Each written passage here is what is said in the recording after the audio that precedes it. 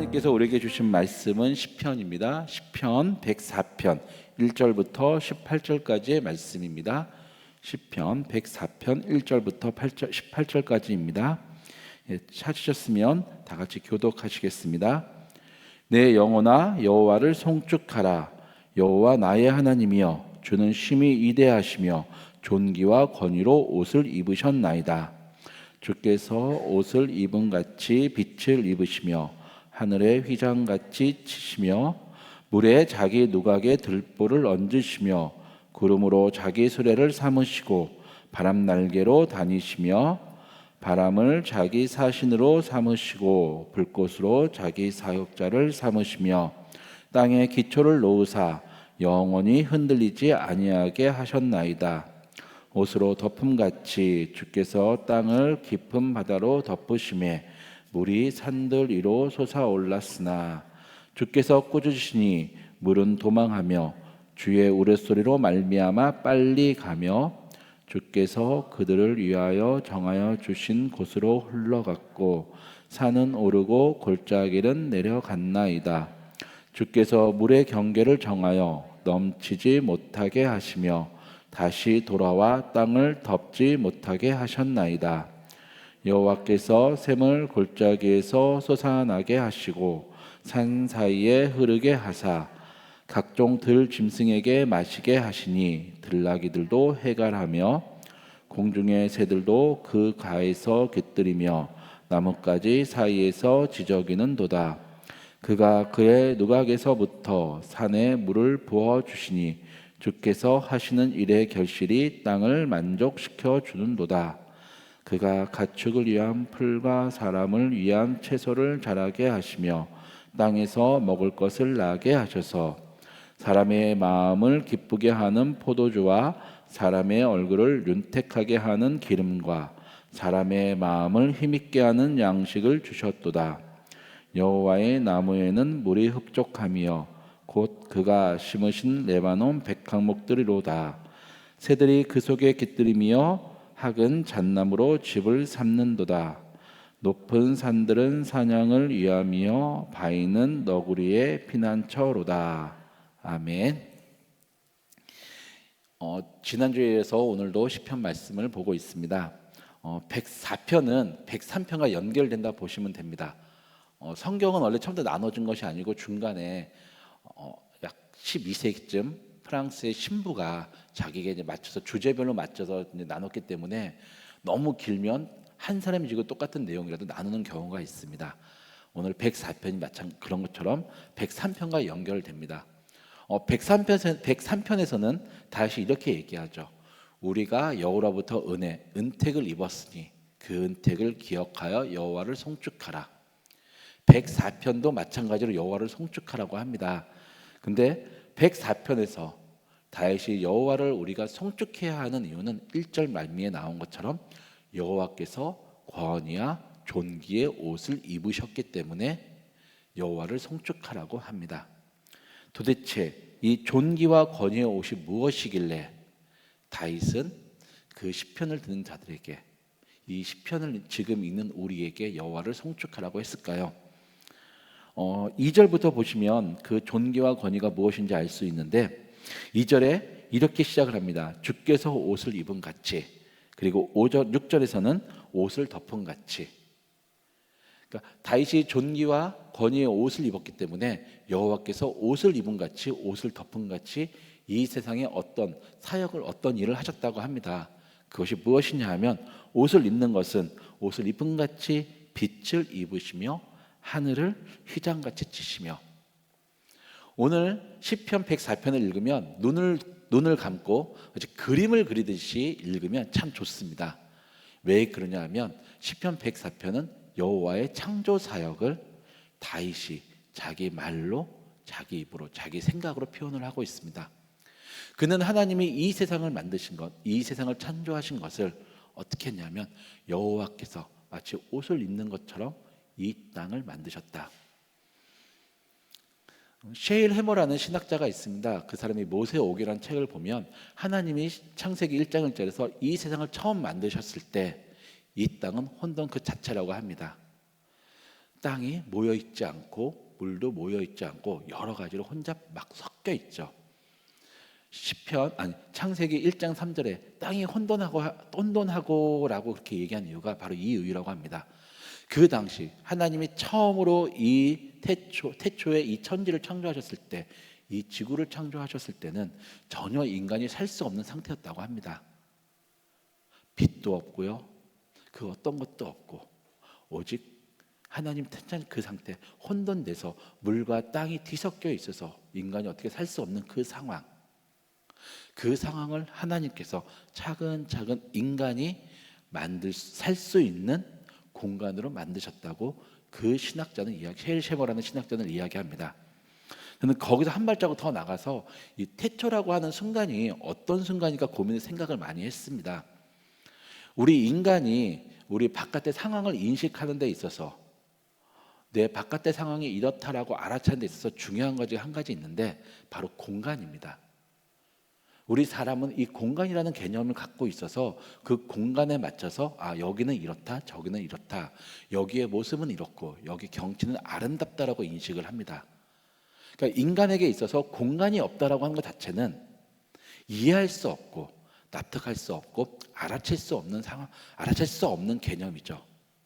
근데 태초, 이 하나님께서 천지를 창조하시기 전은 바로 공간이 없고 오직 하나님만 존재하였습니다. 하나님은 공간을 넘어선 존재이시기 때문에 공간이 없어도 존재하셨고, 그렇지만 공간이 없게 우리 인간은 살 수가 없었죠. 근데 하나님께서 인간이 살 수 있는, 아마 하나님 안에 인간이 살 수 있는 공간을 만드셨습니다. 다윗은 그 이야기를 마치 하나님께서 옷을 입는 듯이, 우리가 옷을 입으면 옷을 통해서 우리 신체는 외부하고 분리가 되고 우리 신체는 옷 안에서 보호를 받습니다. 그런 것처럼 하나님께서 마치 옷을 입는 것처럼 우리가 살 수 있는 공간을 만들어 주셨다. 그리고 그 공간이 헬 셰머라는 신학자가 얘기한 것처럼 인간이 살 수 없는 그 공간을 하나님께서 차근차근 마치 옷을 덮는 것 같이 그 공간을 차근차근 인간이 살 수 있는 공간으로 만들어 주셨다고 이야기합니다. 그것은 다윗은 6절부터 주께서 땅을 깊은 바다 위에 덮으신 같이 놓으셨고, 그리고 물에게 명령하셔서 우리 깊은 곳으로 가서 땅이 드러나고 인간이 살 수 없는 곳으로, 인간이 살 수 있는 곳에 물이 들어오지 못하게 명령하셔서 경계를 만드셨다고 이야기를 합니다. 그렇게 하나님이 이 세상을 만드시고 이 세상을 창조하셨다고 다윗은 이야기합니다. 그걸로 끝나는 것이 아니라 그 다음부터 또 다시 10절부터 다윗은 하나님께서 옷을 입은 같이, 옷을 덮은 같이 이 세상을 만드셨는데 그 세상을 어떻게 했는지 아느냐? 9절부터 10절부터 이렇게 이야기합니다. 샘을 골짜기에 솟아나게 하시고 산에 흐르게 하사 각종 들짐승에게 마시게 하시니 들나귀들도 해결하며 공중의 새들도 그 가에서 깃들이며 나뭇가지 사이에서 기저귀는도다. 그리고 13절에 그가 그의 누각에서부터 산에 물을 부어주시니 주께서 하시는 일의 결실이 땅을 만족시켜 주시는도다. 무엇이냐면 땅을 그냥 만들고 창조하고 놔두시지 않았다고 하는 겁니다. 우리가 아는 것처럼 셋째 날부터 하나님은 바다를 만드시고요, 바닷속에 생물을 만드시고 채소를 만드시고 식물을 만드시고 새를 만드시고 동물을 만드시고, 마치 인간이 살 수 있도록 그 모든 자연 환경을 만드시기 시작하십니다.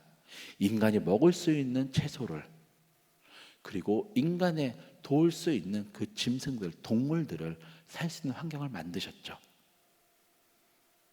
그리고 그곳에 마지막으로 그 모든 것들을 만드시고 땅의 결실을 맺을 수 있도록, 땅의 그 결실을 만족할 수 있도록 마지막 창조 사역을 하셨는데, 그것이 바로 인간을 만드셨던 것입니다. 인간을 만드셨습니다. 마지막 가장 중요한 것이 그 모든 것들을 다 만드시고 인간에게 주셨죠. 그것을 다윗은 14절부터 사람을 위해서 이렇게 하나님께서 하셨다고 합니다. 그가 가축을 위한 풀과 사람을 위한 채소를 자라게 하시며 그 모든 것들을 이미 만드시고 그 모든 것들을 사람에게 주사 사람이 먹고 살 수 있도록 그 모든 것들을 하셨다라고. 그것이 바로 다윗이 얘기하는 하나님께서 존귀와 권위의 옷을 입으셨다, 입으신 사역이다.